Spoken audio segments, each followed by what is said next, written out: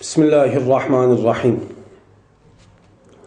Hayatın bütün alanlarında başörtüsü meselesinin şartsız ve tartışmasız serbest olması hususunda incitilen ve kırılan kamu vicdanı maalesef hala onarılamadı.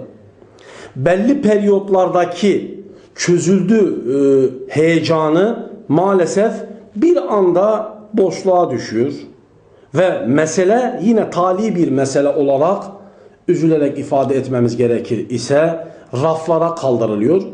Ama biz buradan şunun altını çiziyoruz. Biz bu konuya inşallah müsaade etmeyeceğiz Allah'ın izniyle. Bu konuda duyarlı bütün Müslümanlara, sivil toplum kuruluşlarına, STK'lara ve platformlara buradan sesleniyoruz.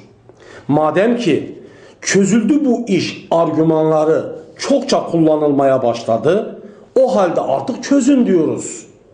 Çözün ve bu konudaki samimiyet testinden de geçmiş olasınız. Özellikle bu 10 milyon imza kampanya, Memur Sen'in düzenlemiş olduğu 10 milyon imza kampanyası sonrası bu işi daha da çözüm noktasında dillendirmeliyiz, dile getirmeliyiz. Hani bir yönetmelikle olsa da bu iş çözülür diyenler bu sözlerinin inşallah arkasında olsunlar ve Müslüman halka da biz bu işi hamdolsun çözdük desinler.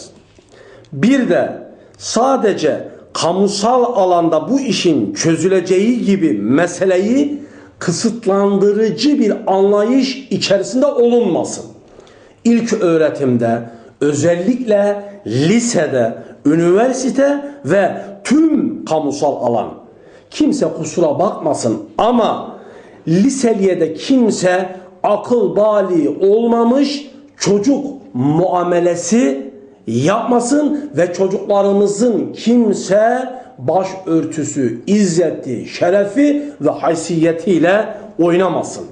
Şu an sivil toplum kuruluşlara da buradan sesleniyor ve diyoruz ki 10 ila 20 Mart tarihleri arasında otobüslerle sivil toplum kuruluşları olarak her ilden veya ilçelerden otobüslerle bu işin çözülmesi noktasında yapılacak seferde var mısınız?